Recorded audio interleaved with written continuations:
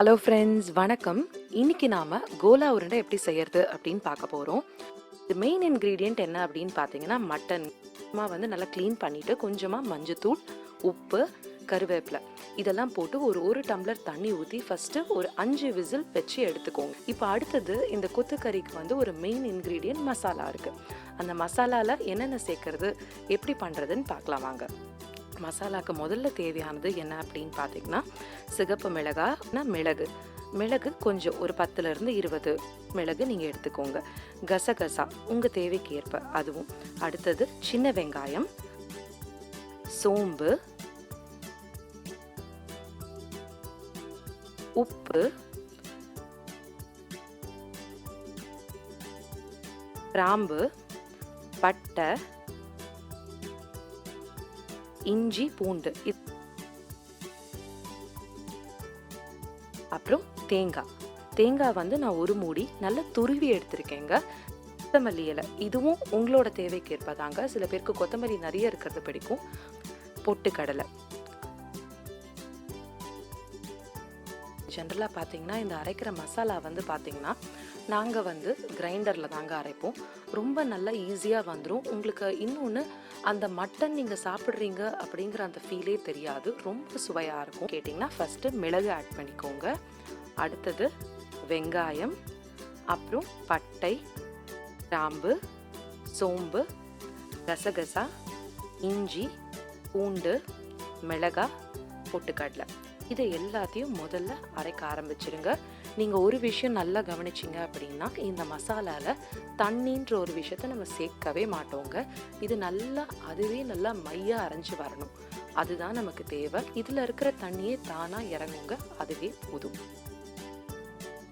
நல்லா பாதி அரைஞ்சதுக்கு அப்புறங்க தேங்காய் நம்ம துருவி வச்சுருக்கிறோம் இல்லைங்களா, 1 கப் தேங்காய். அந்த தேங்காவை பாதி அரைஞ்சி வந்ததுக்கு அப்புறம் உங்கள் கையில் நீங்கள் தொட்டு பார்த்தீங்கன்னா கொஞ்சம் அந்த நரன்னு இல்லாமல் ஓரளவு நல்லா சாஃப்ட் டெக்ஸ்சர் உங்களுக்கு தெரிஞ்சதுக்கப்புறம் தேங்காய் 1 கப் சேர்த்துக்கோங்க. கொத்தமல்லி இலை சேர்த்துக்கோங்க. இதில் திரும்பவும் இது 2வது வாட்டி ஆட் பண்ணும்போதும் தண்ணிங்கிற விஷயம் நம்ம சேர்க்க போகிறது இல்லைங்க. இதை அப்படியே தான் அரைக்க போகிறோம். இது நல்லா அரைச்சி வந்ததுக்கப்புறம் கடைசியில் உங்கள் தேவைக்கு ஏற்ற மாதிரி உப்பும் சேர்த்துக்கோங்க.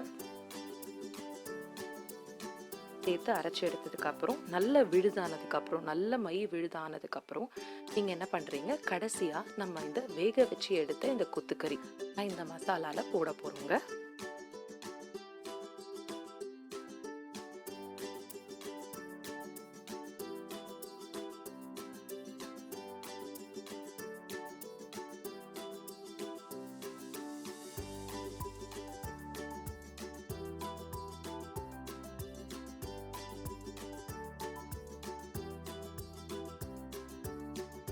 இந்த மட்டனும் சேர்ந்து நல்லா அரைஞ்சதுக்கு அப்புறம் பார்த்தீங்கன்னா இதை எடுத்துட்டு இமீடியட்டாக அதை ஒரு பவுலில் எடுத்து ட்ரான்ஸ்ஃபர் பண்ணிக்கோங்க.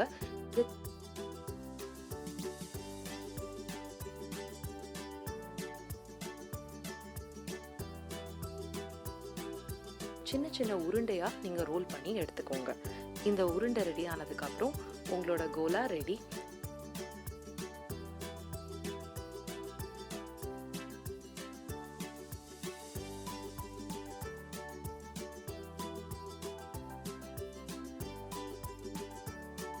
இப்போது எண்ணெயை வச்சுக்கோங்க. நீங்கள் என்ன யூஸ் பண்ணுவீங்களோ, வீட்டில் சன்ஃப்ளவர் இல்லை எண்ணெய் எதுவாக இருக்கட்டும்.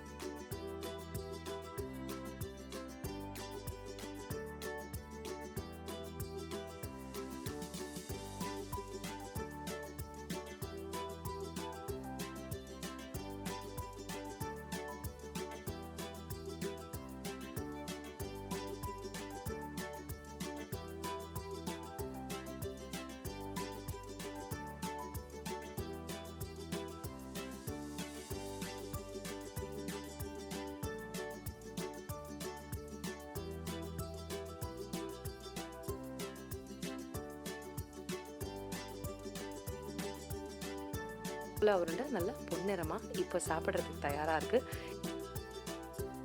இதை கண்டிப்பாக நீங்கள் ட்ரை பண்ணி பாருங்கள். இந்த காலத்தில் எத்தனையோ வந்து ஃப்ரோசன் ஃபுட் இருக்குது, ஆனால் இதெல்லாம் ரொம்ப சிம்பிள் இன்க்ரீடியன்ஸுங்க.